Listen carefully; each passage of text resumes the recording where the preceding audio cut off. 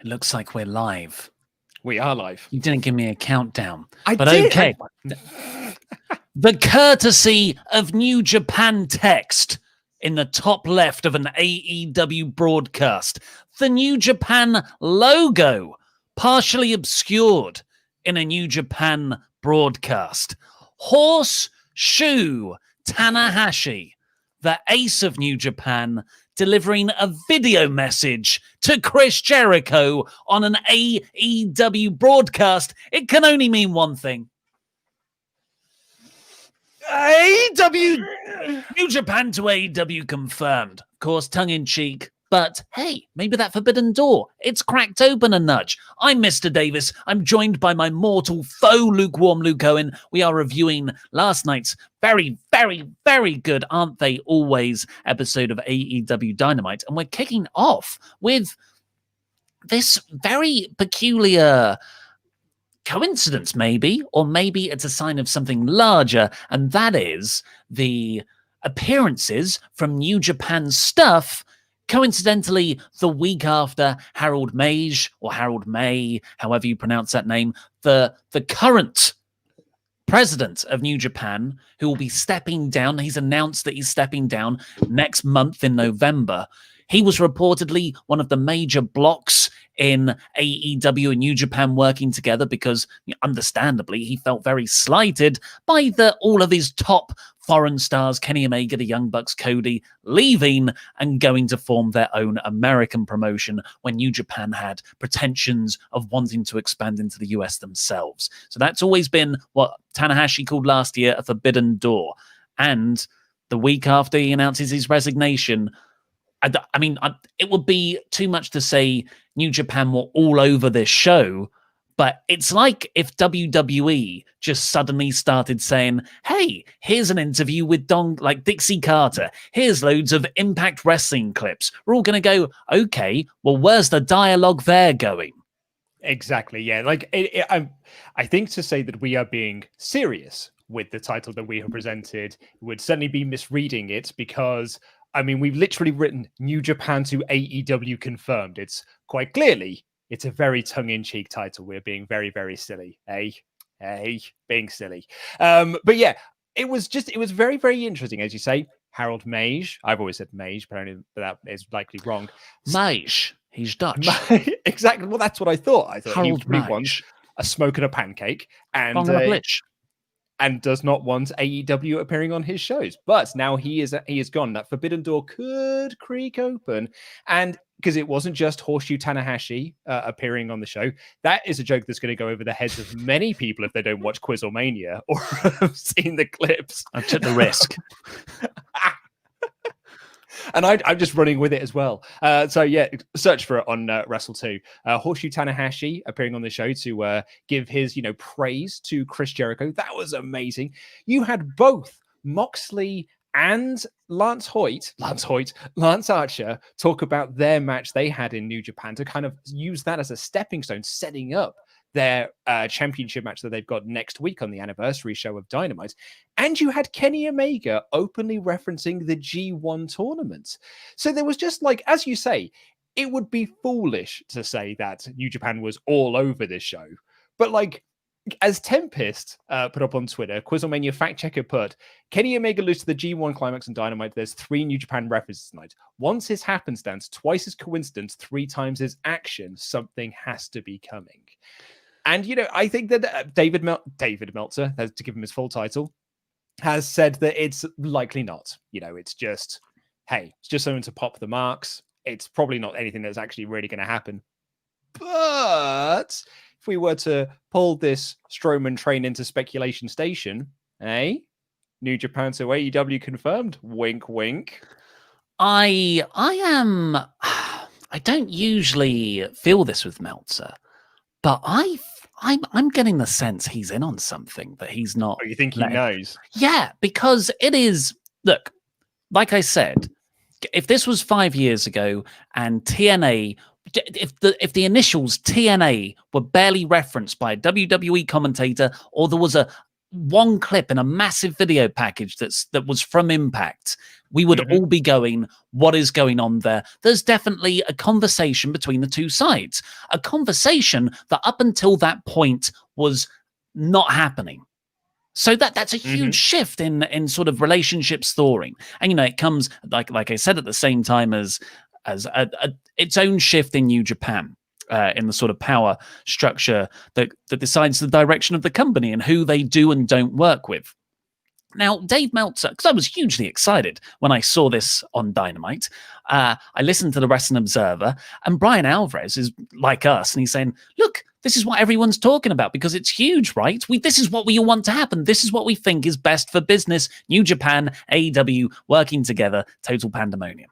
And Dave Meltzer is just like, well, Chris Jericho likes Tanahashi. New Japan like Tanahashi. I'm sure they'll let him do that. Jericho produced the show, apparently. This was, it was a 30th anniversary special for Chris Jericho, 30 years in the business. Remarkable achievement, huge milestone. And he sort of produced a lot of shout-in segments they've got. We got Kevin Smith. We got Don Callis.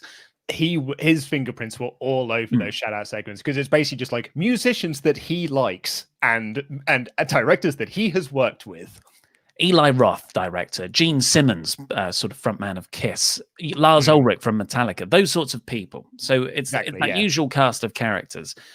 But Meltzer just dismisses it as, but it's probably just Jericho working, like getting those shout outs by himself. But then I'm like, I can write that off because at the start of this year, Jericho had a match against Tanahashi at Wrestle Kingdom where he put an AEW number one contender shot on the line.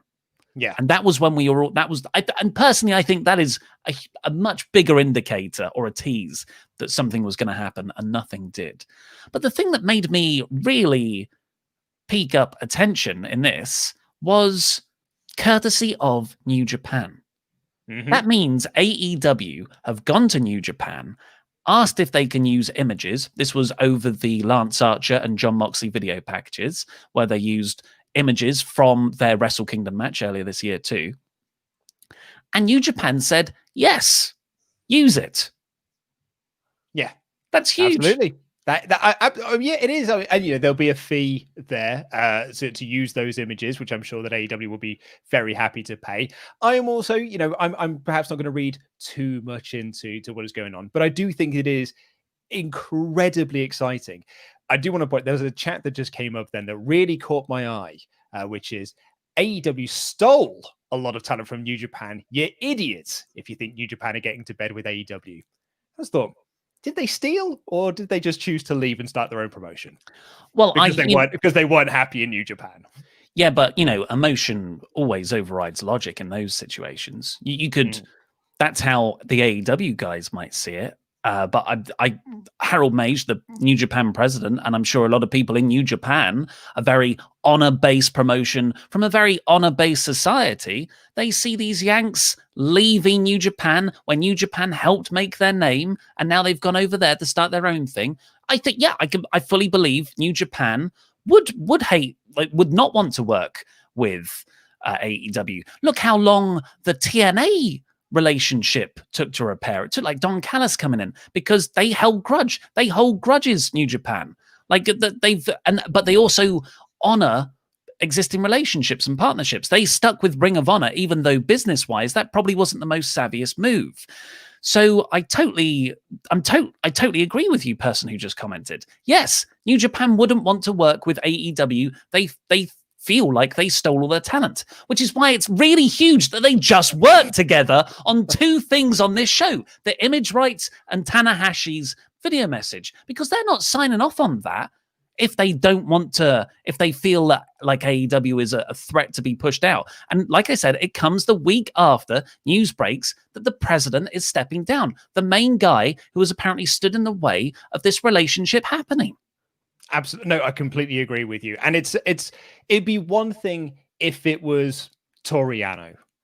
It'd be one thing if it was Yoshihashi. But it's not. It's the ace of New Japan, right? Like it's a pretty big deal that it was Hiroshi Tanahashi of all people that was the one to step forward and be like, "Hey, Chris Jericho, I think you're ace."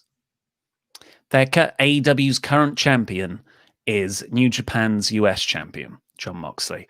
I'm excited, but let's see what you guys think in the super chats. Of course, get your super chats in. We will read out every single one of them before the end of the show. Jobber JTJ496, JT, yep, I said that right. Door needs a bit of a polish before opening, but for me, once this pandemic is over, the door is going to be kicked off, and we can all give credit to Jericho.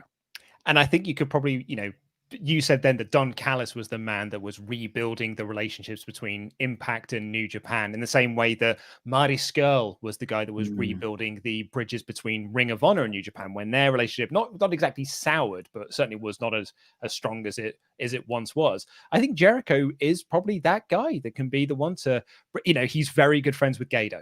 He is, and you want to talk about someone who's got a position of power. In Gato, if he's friends with Tanahashi and with a lot of the guys that are over there, Red Shoes, Tiger Hitori, you can easily rebuild these bridges to have a working relationship, even if it is just a big one-off pay-per-view spectacular, just stock full of dream matches. The story was always that Gato really wanted to work with AEW. Ibushi wanted to work with AEW. It was management that stopped it from happening. And now management is changing regimes.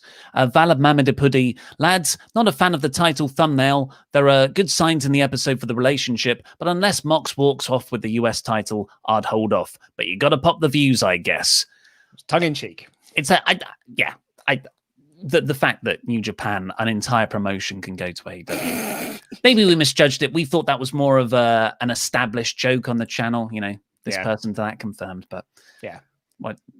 Zach Robinson, afternoon, gents. If you could bring 3 people from the current version of Bullet Club to AEW, who would they be? Would you put them straight into a feud with the Elite, or is that a slow burn? I think, go straight for the jugular. Go straight into an Elite Bullet Club feud.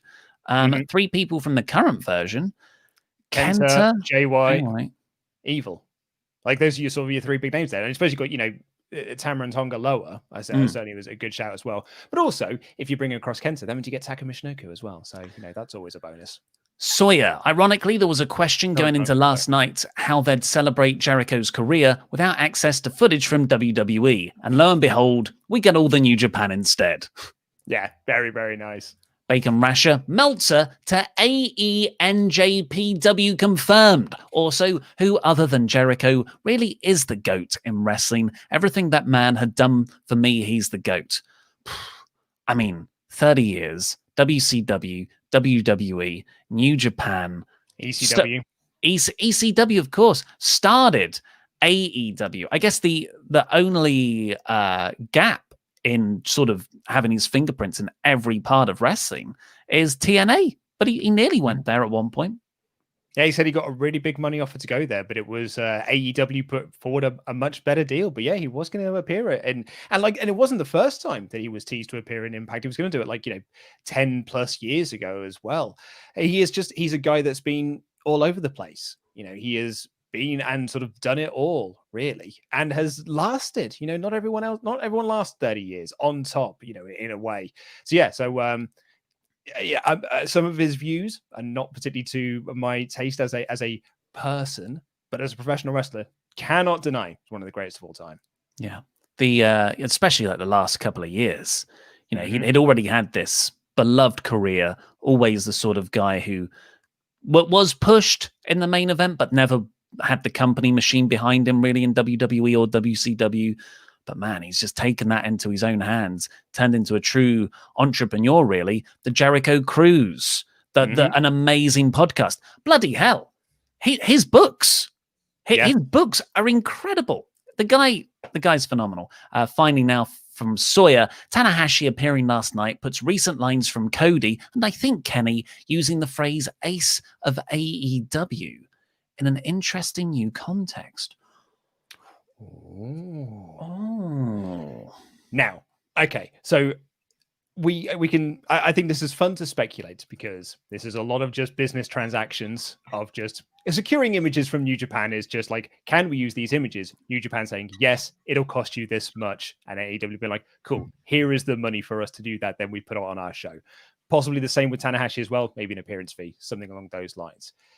But it is fun to move into speculation station, and I just thought then, because it's not just New Japan, it's Bushi Road, which means you've also got Stardom as well. Oh, wow. That's very interesting. Didn't even think of that. I mean, is that where Rio is? I think she actually is doing some work in Stardom at the moment. Yeah, before we get into the main show, hey, Patreon. Patreon.com/WrestleTalk. When you head on over there, because the poll for the next episode of WrestleTalk Extra is now live. And it's a bit of a doozy. It's a bit of a doozy, guys. New Japan King of Pro Wrestling 2018 is currently leading with 29% of the vote. And behind that, just behind that, with 24% of the vote, Halloween Havoc 1995 with the monster truck sumo match between Hogan and the Giant. On the top of the...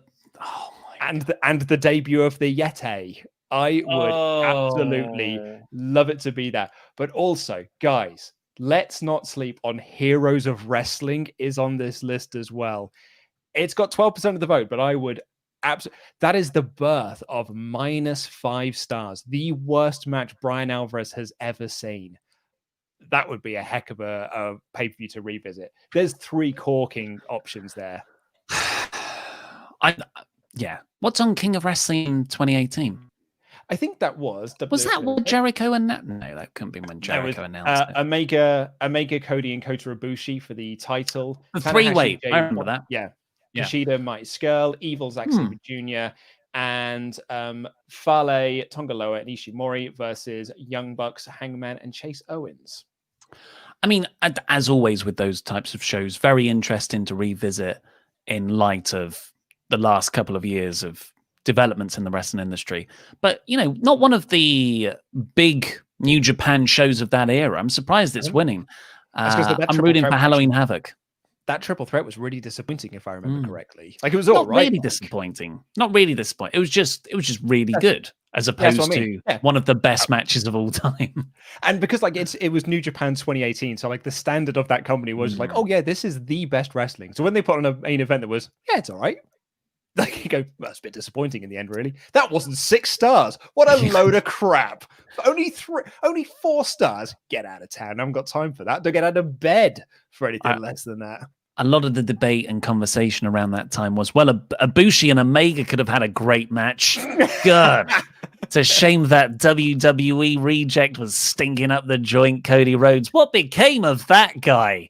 Oh, yeah, he's having one of my favorite matches of the year on this very show. Segue. Let's talk about Dynamite, which opened up with a really cool video package of not those cameo celebrity bookings that were peppered throughout the episode, but current AEW stars, Santana and Ortiz, Jake Hager, the usual Inner Circle people. But then you also had Jungle Boy and Darby Allin paying their respect to Jericho. Jericho was a babyface on this show, and I didn't think that undermined kayfabe. Not at all, no. It was a celebratory show. It was the match that was the main event of this show was not the main event of this show. That was a dark match that was broadcast on television. It was there for just the fans to see. JR said during the dog collar match, this is the show's main event, folks. Sorry, Luther. And I know we've got Big Swole coming up after this, but this is the actual main event of the show, folks. So, do watch this one. But yeah, it was the Luther match was, we'll get to it. But yeah, I think it was almost like an out of context thing. And I don't think it didn't hurt the show at all. Not for my money anyway. I thought it was a really nice celebration of 30 years. I thought it was great. It was almost, it was like a special episode with huge things, huge developments. I liked the tag match as well, and the TNT title change, folks. That's newsworthy. I'd say that's definitely in continuity. But full marks to AEW for putting on a show like this, 30 years of Chris Jericho, that feels big, that feels themed. Oh, what's next week? It's that anniversary show. It's just like they are stacking week after week, and like every week I'm like, wow, that was a good show. Oh my God, it's even better next week, which typically means it won't be as good, but just really good overall planning of things. But the opening match was Will Hobbs versus Brian Cage for the FTW Championship. This was a beefy boy match. Oh, there was some beef on display here as these two beefy lads beat the beef out of each other. Yeah, beef that can do standing moonsaults and sliding drop kicks.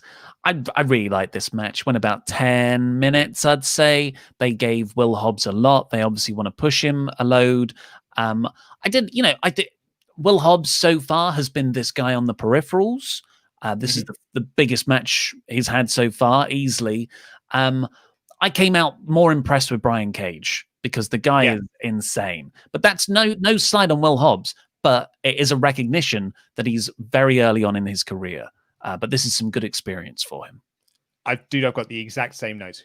Brian Cage is insane, but Hobbs is no slouch either. Like that snap power slam that he's got, it's really, really nice. He's got some really, I like his kind of, the kicking out of the F5, the no sells of the German suplexes. He hit the last Will and Testament for a near fall. And really, like, I thought it was smart that it was Hobbs that beat himself really at the end of the day in this, because he hits the last Will and Testament and Cage kicks out and he gets frustrated. He doesn't know what to do next. So he goes up top and that's what costs him. It was a complete rookie error and misses the frog splash. So Cage can hit the drill claw for the win. That really protects Hobbs in that loss because it was one mistake. If he hadn't have done that, who knows where this match could have gone. But it made Cage look awesome as well because, Cage looked dominating in the victory. He walked out the better man, the smarter man. And that's the help of Team Taz. Yeah. Well, and Will Hobbs was almost put over more in the post-match when Taz and Ricky Stanks, who were on commentary, JR botched Ricky Starks' name on the very first line of the show. But they were both on commentary. Taz stands up after the match and says, that was really impressive. You impressed the hell out of me. Now I'm going to give you two options. Either you join Team Taz or my boys, Cage and Starks there, beat the hell out of you. And that's just like it's a recognition that Will is good, and it elevates him even more. He didn't make a decision. I was kind of like, ooh, I wouldn't mind him to join there. But Darby Allin ran down and made the save. Dude, I was so waiting for Will Hobbs to crack Darby Allin in the skull. Like afterwards, I was keeping my eye on him to be like, what's he doing next? What's he doing next? I was fully ready for him to just crack him in the skull afterwards. We got a sort of montage of Chris Jericho shout-outs. We had Slash, Dennis Miller, Bully Ray. I mean, no one's talking about Bully Ray coming to AEW because we can recognize what that is. That is just a cameo. But, I do feel like there's potentially more to the New Japan stuff. Ted Irvine, of course, Chris Jericho's dad. And that's when we got the Tanahashi one as well. And then we got the Lance Archer promo on Jon Moxley, which had not footage, but images courtesy of New Japan. I thought that was really well filmed, just from a production standpoint. Looked awesome, made Lance look wicked. Yeah, I thought this was a really, really good build for their match next week. I thought Lance came across, and it was smart that it was Lance that was doing the promo as well, not Jake. I thought this came across really, really cool. After that, we got the next Brush with Greatness, which is already my favorite. I always know now when I'm going to watch Dynamite, I'm going to get to see a really good tag match. So it's a great gimmick. And I love, because apparently historically, when Tully Blanchard did this, he would always go to the draw. And then you would build the pay-per-view match when someone would get a no time limit match against them. Of course, there's a 20-minute time limit here. What I love about how FTR are spinning that is they are still, they're not taking those count out victories because they still win if it's a count out. A time limit draw. That they're still cheating. They're doing everything they can to get the win before then. It makes them even more dastardly. Yeah, it was really, really good. I also enjoyed the Young Bucks watching on from backstage. Essentially, they were watching with their backs to the screen and looking over their shoulders. Now, a lot of people have said this was them making fun of the way that WWE wrestlers watch TV. Very, very funny gag, although we haven't seen that in quite some time. It feels like a bit of a passé joke to make. I actually initially saw it as they don't want to watch FTR matches. They don't want to be giving FTR that sort of recognition that they're watching them. And so they were watching with their backs, but also, just looking over the shoulder to get a little glimpse of it. But, it was probably them just having a bit of jokes and japes, a bit like this thumbnail and title. Yes, I didn't mind it. Maybe that's why it worked well. Yeah, I've not been massively into the Young Bucks stuff over the last couple of weeks because they've been super kicking non-wrestling talent. Alex Marvez, JR. I've said my piece on this. I feel like that should be a huge not JR, Shivani. When you assault someone like that, that should be a really big deal. But I feel like it's been played up for humor and laughs. But this was much better. And at the end, they super kicked the camera, which is kind of, and they were quite funny about it. I know they've technically super kicked a camera person there, so it's still just as bad, but I thought it played much better. My problem, but this is nitpicking, is, Marvez is out doing interviews. Shivani's on commentary. They're not selling the kicks. No, I know. I'm not been into the Young Buck stuff since the heel turn, and I actually will agree with something that Meltzer said a couple of weeks ago, and a few people have actually noted. I'm now less into the FTR Young Bucks feud since the Bucks turned heel, because we're getting a heel versus heel match, and like 4 years of build we've been getting to this. Like, why would you do it as a heel versus heel thing at this point? Unless, it's just a way to delay this even further, so you get the big Bucks babyface turn, and they can then do the match and maybe like All Out next year. Like, if that's the plan, and absolutely, and AEW would give me a lot of show me a lot of things to say that I will give them the benefit of the doubt on these sorts of things. But I will say for now, not mad into it. But this tag match was really good. Hybrid 2 of Jack Evans and Angelico. Unfortunately, in my review today, I just called everyone Angelico, as if Jack Evans wasn't a part of it. Even though it was Evans doing the leg selling, which I thought was really good. He they did dual dives to FDR at the outside early, and Evans sells the leg throughout, to the extent where, it was definitely a work, because the FTR then worked over that leg. It was part of the psychology of the match. But then Angelico gets up to do a sort of the Phoenix Splash thing, but seems to mishit it because of an injured leg. Yeah. Which sounds better than it is, because it just came across as a proper botch, because it looked like his foot nearly hit Dax in the face. But ultimately it was Evans's injury that let FTR win. Yeah. Thought it was a really, really, this was a great match. Loved it. And it was actually really nice to see Hybrid 2 on TV. We haven't seen them on Dynamite for absolutely ages. Now they've been getting stuff on Dark, but that doesn't really count now, does it? There was it elevated Hybrid 2 quite nicely. Then the Young Bucks super kicked the camera afterwards. But then probably the worst thing on the show, for me, maybe some people liked it, was Best Friends coming out to challenge FTR while calling them wieners, which was a gag started last week, and putting a picture on screen of FTR's heads on hot dogs. Yeah, it's done on purpose. Like, they know it's lame. They know it's a dumb thing to do, and like the t-shirts are a dumb thing. It's because FTR have been calling them comedy backyard wrestlers. So what they did is they came out and cut a comedy backyard wrestling thing, but like they're openly acknowledging, hey, look, I know we're just comedy backyard wrestlers doing this. Like, they basically came out and explained the joke to further highlight that it wasn't supposed to be a joke that's taken seriously.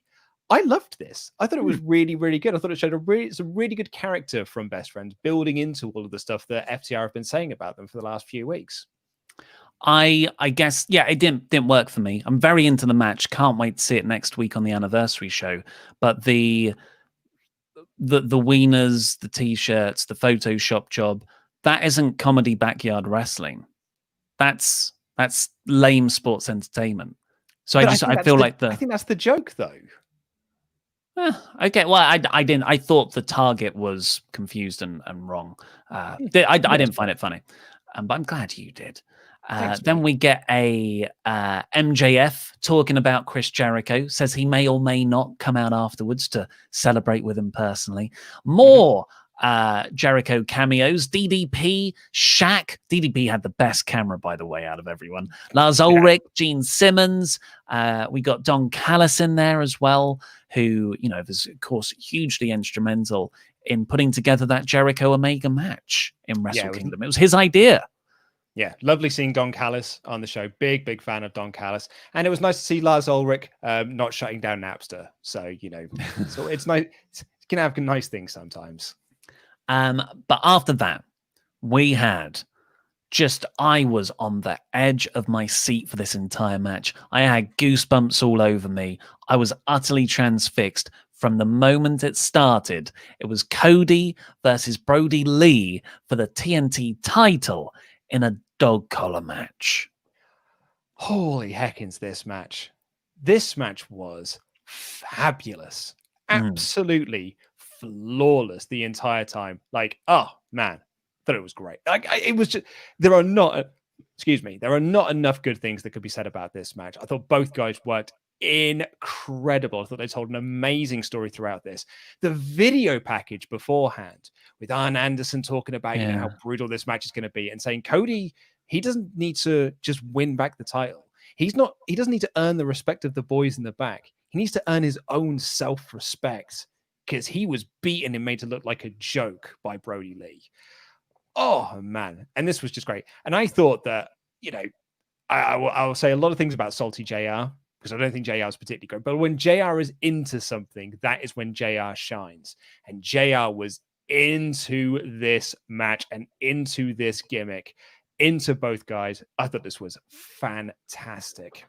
Every part of this song, from the video package. I love the post match as well, even though it's an Orange Cassidy Cody match, which I'm not, massively into. But I was so into everything, I got swept up in that as well. The commentators, like you said with JR, but Tony Schiavone as well brought a lot to this for me, because one of the genius touches is they had in the stands, socially distanced, Greg the Hammer Valentine. And, I didn't know this before, but one of the famous dog collar matches in history is him versus Roddy Piper at the 1983 Starrcade.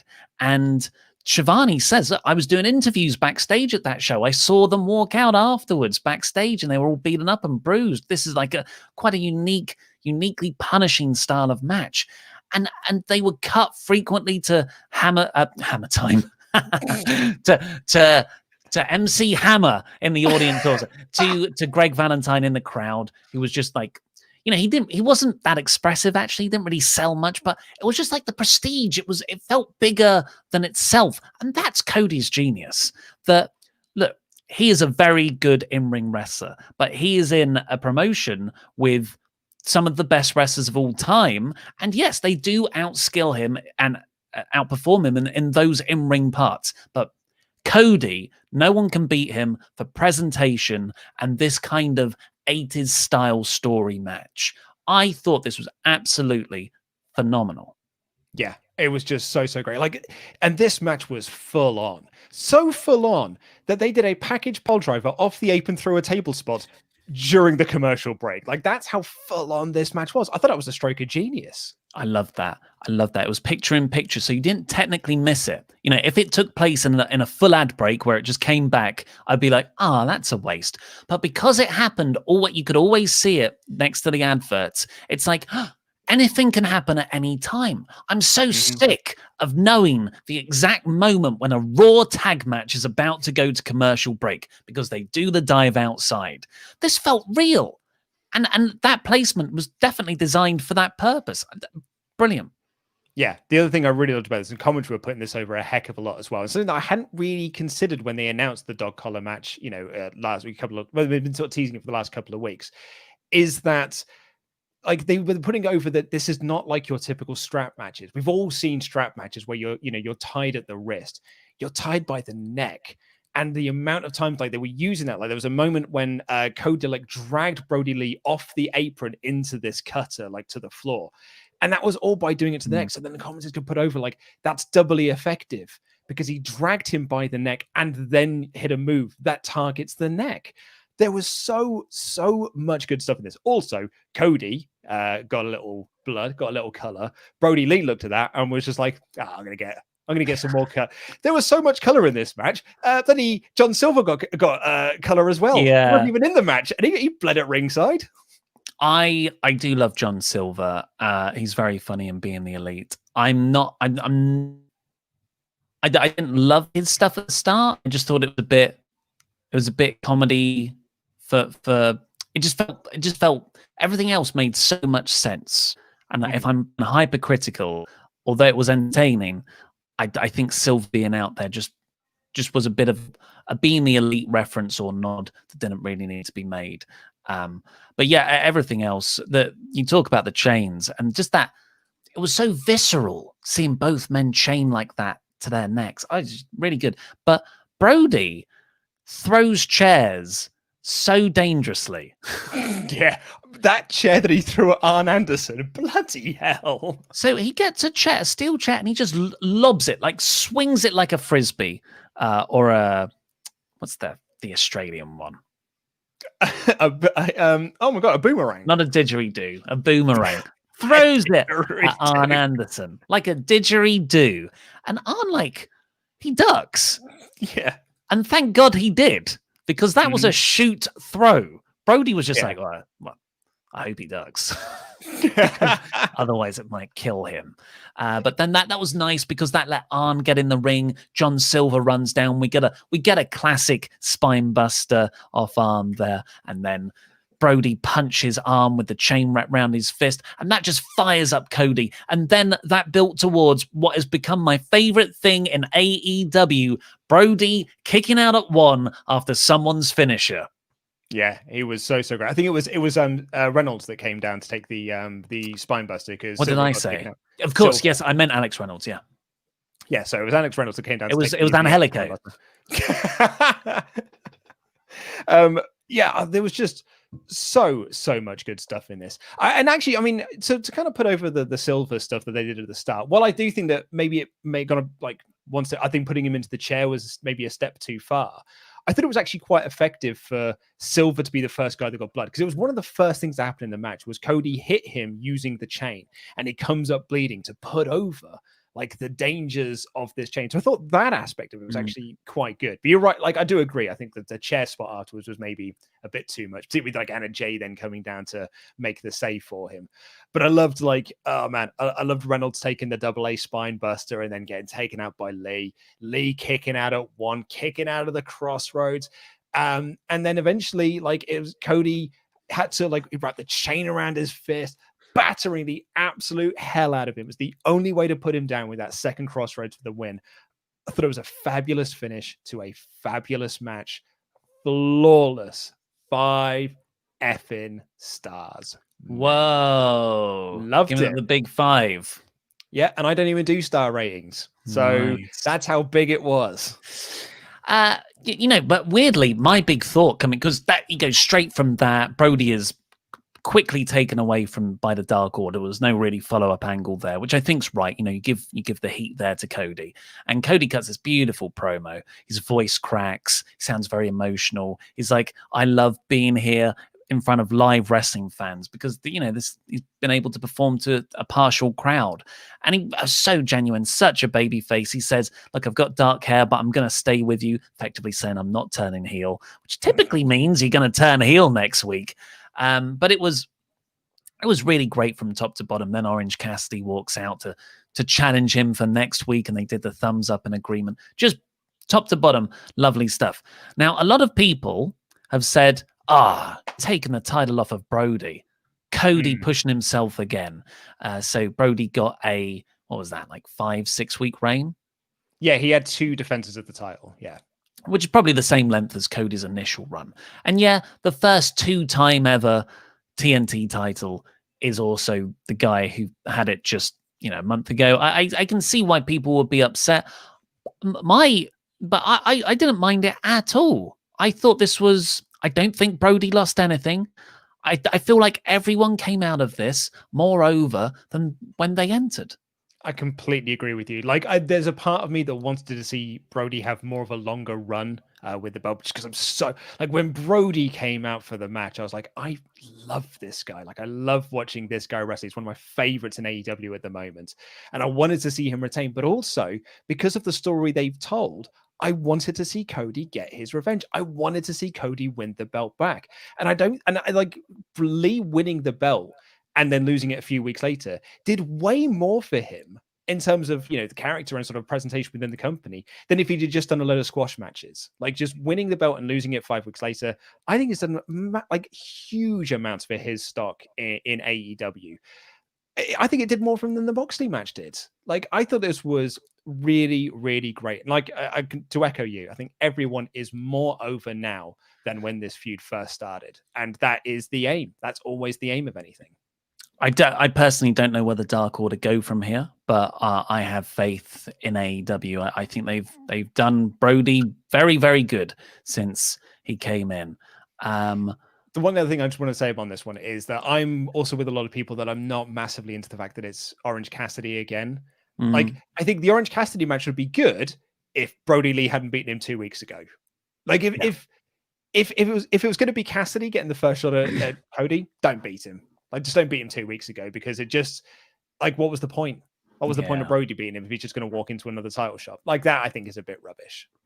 After that, we got a announcement that Wardlow, Colt Cabana, and Hangman Page are going to be in the number one contenders tournament. And it cuts to Kenny Omega, who cut like a pure on cleaner style promo.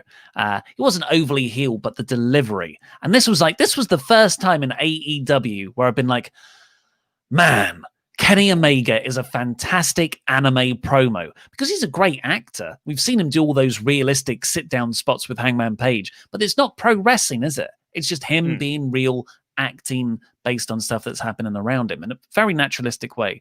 This was, for the first time in AEW, Kenny is a pro wrestler promo, and I loved it. I loved that he kept calling Hangman Page tag team wrestler Hangman Page. Oh, it was lovely. What a lovely little touch that was. It's like, yeah, you got some really, really great stuff. You've even got tag team wrestler Hangman Adam Page in this tournament. I thought it was so great. And yeah, you've got to think that they're going for a collision at the end of this tournament, surely. But I wouldn't be surprised if AEW string this out further. One of them costs it before they get to the finals. Hangman Page issued a statement. Here it is on social media. It says, for release as soon as they say it on Dynamite. And it's about Hangman Page being announced. And it's just, after deep contemplation, about half a bottle of scratch bourbon whiskey and chucking a dozen watermelons at a red oak out the back of a pickup, Hangman Adam Page has decided to enter the single elimination. He's very good. I don't know, he's a very naturally funny guy. I always used to think it was the rest of the Elite writing stuff for him, but this has got to be him. Yeah, I thought it was really, really good. Like, he's very, very funny on the old Twitter machine. And sort of unlike Retribution, it is a Twitter character that plays into his on-screen persona. So that's always very nice. The two do mix. We got Big Swole taking on Serena Deeb next in I actually quite enjoyed this match. It was very technical at the start, got hard hitting. They screwed up a few times, but I didn't mind it. I thought the commentators put more focus on the match as opposed to pushing other things on the show like they've done in the past. Ultimately, it's the same usual women's segment just before the main event. Picture-in-picture ad break taking up most of it. That's what it was. It was. I've got 3 notes. Good luck following that. Decent action. Swole wins. And then the main event was Chris Jericho and Jake Hager taking on the Chaos Project of Luther and Serpentico, which was...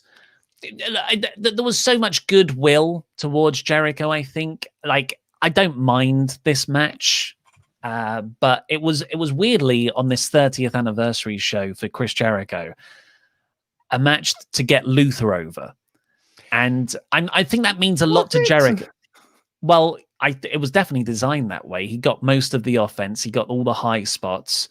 And yeah, he took the loss at the end. But I feel like this was Jericho trying to showcase his best mate, or at least like give one of his very good friends a big main event thing. Yeah, I wasn't that into it. I just sort of watched it as a throwaway exhibition match. Really, had no business being the main event. Other than that, it was Jericho's show. Luther got so blown up. Like, I mean, basically, as the match started, he was just so blown up, so gassed. He was sucking wind towards the end of that match. Like when he caught the bat and then, did the spot and he like did the boot and everything, could barely get his leg up. I felt bad for him, really. I'm going to put my cards out on the table here. This match only happened because they couldn't get Lance Storm. I think that in Jericho's ideal world, it would have been Lance. But, Luther's there. They do have a 30-year history together. They actually had a really wicked video package for this that they did on Twitter that I wish they'd put on TV to kind of explain their history and kind of like make a bit more sense of this match. But actually, I thought the match was a bit pants and a bit rubbish. And as I said, but you know what? Doesn't matter. It was a dark match that we got to see aired on television. The actual quality of the match didn't really matter. It wasn't about the quality. It wasn't designed to be a good match. It wasn't supposed to be a good match. It was just there to be like, look at Jericho. He's been doing it for 30 years. Here's a guy that, has also had matches with him 30 years ago. Isn't that a very nice thing? Jericho wins, and then everyone can come out and do a little bit of a celebration with him afterwards. Very, very lovely. The one thing I will say about this that I thought was very nice is Serpentico on Twitter a couple of weeks ago, maybe it was even last week. In fact, it was last week, posted up that when the pandemic started, when the COVID era of wrestling started, he was going to quit wrestling because he realized I'm not going to get any more bookings. So he talked to friends and he told everyone, and he told those close friends, I'm going to quit wrestling. And they told him not to. They told him to keep going. And through some hard work and doing a lot of stuff on Dynamite, a lot of stuff on Dark, and doing stuff with AEW, he got to be in the main event of an episode of Dynamite, tagging with his new best friend Luther against Chris Jericho. That's quite nice, really. Like, good on that lad. And I thought he was actually really good in this match. I quite liked Serpentico. I think his entrance is cool. Yeah, the spider web. Pow. Yeah. Go, yeah. Go. After the match, I thought we were in store for a big sort of, this is Jericho's way. He always caps his big storytelling arcs with these celebration segments, which turn serious at the end. Thinking Festival of Friendship, is the classic one. So MJF comes down, interrupts Jericho's babyface promo to the crowd to say, hey, I'm MJF. I've got you some gifts. And it's a guy dressed up as a clown, and it's a present, which is actually a big framed picture of MJF. Jericho looks at it and says, I hate clowns. And he smashes the painting of the picture over the clown's head, hits him with the Judas effect.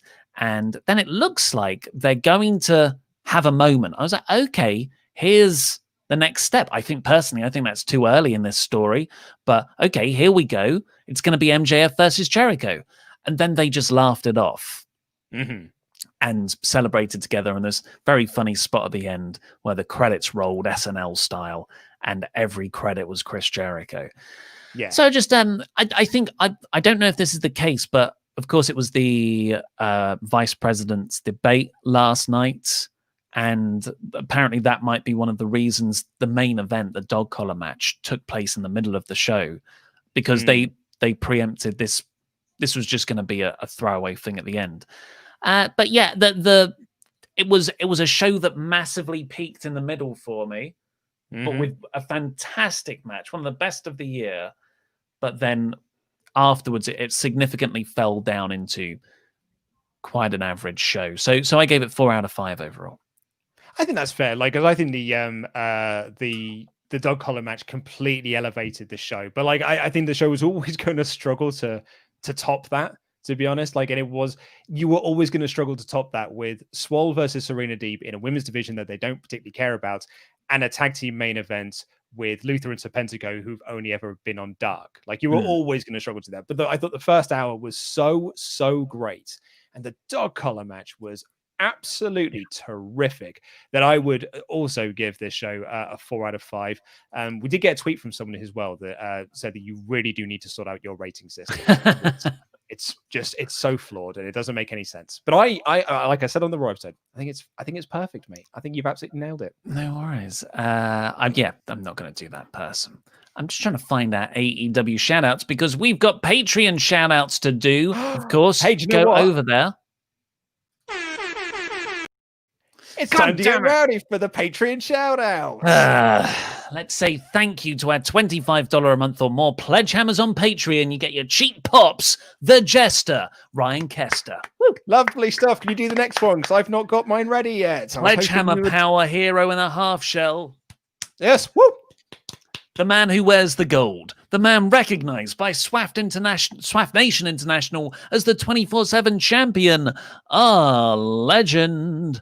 Woo! I got it now. Send me to heaven, Evan Reich. Yes. Woo-hoo. Michael Plowman. That's his name. That name again is Michael Plowman.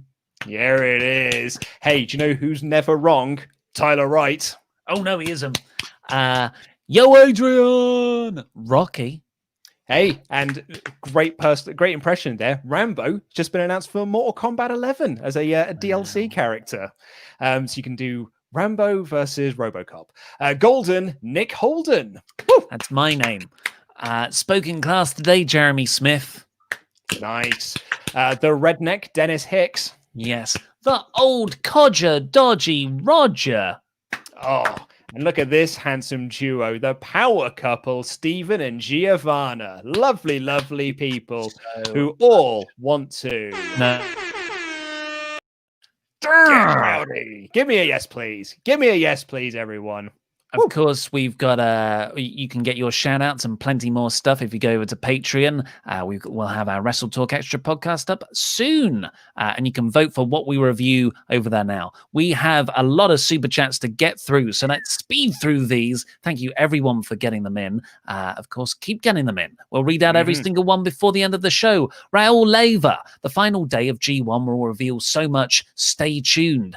Ace to AEW confirmed, lol. Maybe. Invoke Dragon, you fool. It's not New Japan to AEW. It's AEW to New Japan. Of course. How could we not see it? Gabriel Caruso, how sick would it be? Sick! If the next Casino Battle Royale Joker is Okada and goes to face, I don't know, Kenny Omega at All Out. Hey, I'd be in for it. Yeah, that would be sick. I mean, if Okada shows up on Dark, like I would mark out. Do you, from Amro, do you guys think Brody should get a rematch? I think that you could certainly work into a storyline where you do Brody, Cody 3. But I felt like this was almost the blow off to it, really, because Cody got the win. So I think to do another match might stretch this out longer than it may need to. Depends on how they take the story, I guess. Nates was a little disappointed when Orange Cassidy came out to challenge Cody. He just lost to Brody, wanted Cody to give it to Dustin next week for that anniversary. I like that. That's what I thought they were going to do, because Dustin was in the ring. I totally thought that's what they were going to do, Nate S. I'm completely with you. I think that would have been a much, much better match. El Fermentado, JR commentary takes me out in part of the show, and English is not my first language. I love Brody versus Cody, and that John Silver spot was funny as hell. Certainly was. Black Adam. I usually can't get into Cody matches because they're overbooked to all hell. I think they're booked just enough. But this was more palatable. If the camera cuts, Cody's blading, lol. I mean, if Cody's going into a title match, he's blading. You can basically put a timer on it. I'm going to agree with you. I don't think they're overbooked. They're just perfectly booked. DC Darwin, usually agree with you, but that collar match bored me, and I enjoy Cody's 80s shenanigans. Just did nothing for me. I found my new unpopular opinion. Hey, well, everyone's entitled to them. Connor Shaw, I definitely wanted Cody to announce he will be facing Dustin Rhodes next week instead of Orange Cassidy. Yeah, I think we're all on that bandwagon. Eric Martinez, I didn't mind Brody dropping the title. He feels bigger than the TNT title. I'd love to see him do more manager work for the Dark Order and only show up for big money main event matches. I mean, you're absolutely right, but also, from a selfish fan point of view, I just want to see him on TV every week because I love him. Dried chicken without flavor. Ugh. Hopefully we see a Cody versus JTG match for the TNT Championship on Dynamite. Yeah, I know JTG was pushing for it on social media. I think that'd be a massive, massive good. That'd be a great call for them. On the subject of Hangman Omega and the title tournament, really love that they are playing Kenny and Hangman like ex-boyfriends who can't move on and are desperate to. It's my favorite part of every show. Yeah, it's still my favorite storyline in AEW. It really is.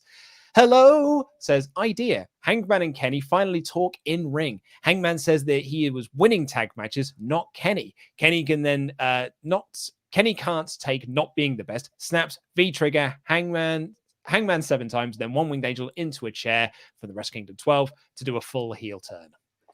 I think this feud is too subtle to climax in a in-ring back and forth promo thing. That feels quite sports entertainment-y and artificial. Dry Chicken Without Flavor says, I feel like the lyrics to Judas can relate to Adam Page for his past actions towards the Young Bucks, Kenny Omega, Private Party, and FTR. You were beautiful on the inside. The Jam one, Ryan B. Jam. First round matches in the tournament should be Omega versus Colt, Wardlow versus Jungle Boy, Page versus Phoenix, and the final 2 spots go to Miro and Pac. Speaking of Miro, I tagged you in this on Twitter earlier, but I don't know if you saw. Thanks to Denise Salcedo, it's been revealed. Rusev is a Swiftie. Oh, Miro bloody loves Taylor Swift. Big Swiftie fan. He was. I thought we were going to get a follow up to the bachelor party thing on this week's episode, but we didn't. It was just them playing video games in the crowd, which I thought was was it. I thought that was a rare, lazy follow up. I don't know if something changed. Maybe it's not the follow up. But they insinuated that it was next week. I don't know. I don't know if they did insinuate it was next week. Maybe that's on you. Dynamic Penguin. Great show. Look forward to watching this stream after work. Wild card prediction. Brody takes Colt's place in the tournament as retribution for All Out. Dynamic Penguin, you brilliant, brilliant bastard. I love that. And then because Hangman Page has a bit of Dark Order history, Page has to beat Brody. Yes. Very, very good. Love that. Augustin, so basically if that doesn't happen now, the tournament's pointless. Augustin Dietrez, Young Bucks are acting heel to cost Hangman Page his match to advance in the contendership for the AEW Championship, just like Hangman cost them their match. I think you can do that without turning them full heel, though. Like I've seen some people say, like, well, they've got to turn heel because they want it to be Bullet Club Young Bucks. I just don't think it's the time to be doing this. I think in this point, you want to be doing pure babyface Bucks versus pure heel FTR. Jose Quinde, what if Tanahashi is the 8th man in the tournament? I think it's that wouldn't happen. It can't happen. Do you want to carry on? That's me. The Zornies. Only heels came out in the end to celebrate Y2J. I love that. I was just like, we're all bad guys. Abnahav Tirumala, there should be a War of the Worlds type show. Maybe that's what we're building towards, an AEW New Japan pay-per-view next year. But you'd really want live crowds for that. You can't give that away in this era. Max Anon, I thought it was an Avengers reference, but since it's JR, I don't know. From Stan Lee saying to Mr. Stanks. Oh, no, that was one. Yeah, no, 100% it was just JR getting it wrong. Zach Robinson, admittedly not watched AEW for a little while now, but I always hear the women's division is their Achilles heel. Without bringing in new talent, what do you think they need to do to improve the impression of the division? Take it seriously. Storylines. Actual proper feud storylines. Every other division on the show has really meaty characters that are paid attention to, arcs, and real feuds. In the women's division, it is just embarrassing how that is not a thing. And it hasn't been a thing for a year. Nate S. Excellent selling by Clownico. Indeed. Which is the name of that, the clown. Anthony Pride. Tony Khan wanted this match more than Jericho. Apparently, that might be a reference to the main event with Luther. Yeah, I thought it was very much a Jericho thing. Like Jericho said, like ever since Luther came in, that he was like Jericho was the guy that brought him into the company. Karen Mitcherandi, while I get what Luke is saying about the weenie joke being on purpose, acknowledging something is bad doesn't necessarily make it good or funny. I'm excited for the match, though. It's not that they're not saying it's not trying to be bad to be funny. It wasn't supposed to be funny. They were making fun of the fact that they were calling them comedy wrestlers. Yeah. Charlie Davis, another note. I will admit that I don't think it landed. Charlie Davis, another note, Mox's promo on Archer was incredible. We didn't talk about that. We forgot about it. It was really, really good. This great line at the end, because he's doing it all from a bar. And he says, what is it you always say, Lance? Everybody dies. And he does the shot. Yeah. Oh, fantastic. So great. Bacon Rasher. Hi, lads. Seriously, someone needs to tape Vince to a chair, hold his eyes open, or use matchsticks and make him watch AEW. Also, can Mr. Davis try again versus Lukewarm in an AEW New Japan mock draft? Ooh, that'd be fun. I saw some people say that we should do like an AEW version of the draft that we did, because I thoroughly enjoyed doing that. It was a really, really fun show. Also, Bacon Rasher, while I appreciate that we should get Vince to watch it, I don't think it would make a blind bit of difference, because it's not the sort of wrestling that Vince likes, because Vince doesn't like wrestling. Where were we? Rangers Mayhem. Did you notice they showed the NXT fan that wears the Everton jersey twice in the crowd during the Cody promo, sent a photo to Luke on Twitter? Yes, he's always in the crowd for NXT shows, like front row. He's like the NXT guy. But it's because he lives in Florida. Miguel 8A, even though the main event... He's been at a lot of AEW shows in the past.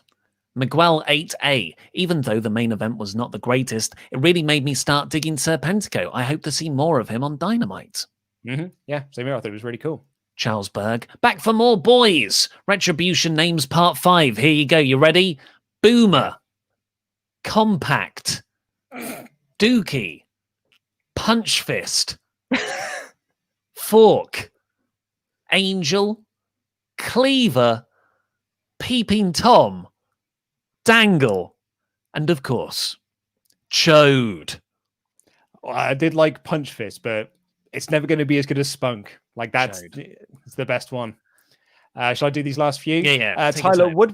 Tyler Woodward says, my last super chat for a while, just wanted to say thank you for all the content you create. Got me through a lot during lockdown. Jam that jam. Love you all. We love you, Tyler. Absolutely. Thank you to Eric for your donation. Nate says, bigger moment for you, Ollie, your brother Cody winning back the title, or when you won the championship?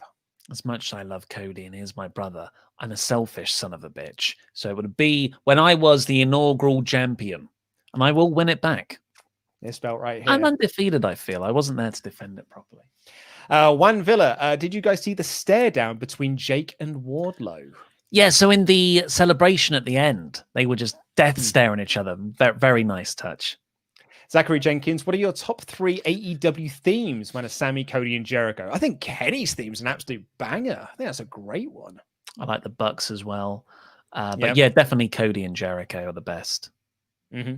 Shannon Smith, I think the Bucks angle is just undermining FTR wins to make them mad for the feud. Yeah, no, I think that's like the Bucks are very much, they're not acknowledging FTR, which is just making FTR madder. Like I kind of dig some of that.